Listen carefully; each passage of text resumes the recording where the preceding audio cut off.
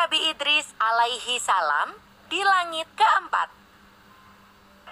Jumlah manusia di bumi semakin bertambah. Sebagian dari mereka tidak lagi patuh pada ajaran Nabi Adam. Mereka suka berjudi, berkelahi, dan berbuat dosa lainnya.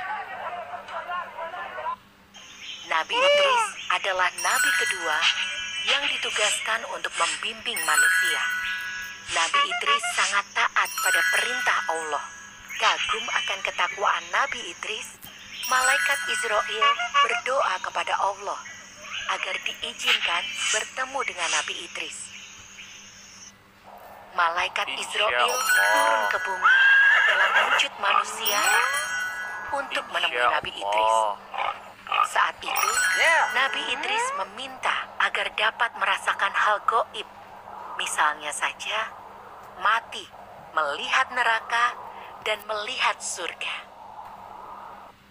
Nabi Idris diizinkan untuk merasakan kematian dan kengerian saat ajal menjemput. Kemudian, Allah menghidupkan kembali Nabi Idris. Nabi Idris diizinkan untuk melihat neraka, tempat yang sangat menakutkan, tempat bagi orang-orang yang suka berbuat dosa. Setelah itu, Nabi Idris diizinkan untuk melihat surga. Tempat itu begitu indah, penuh bunga dan buah-buahan. Bahkan, air sungai terlihat berkilau. Surga adalah tempat untuk orang yang taat pada perintah Allah.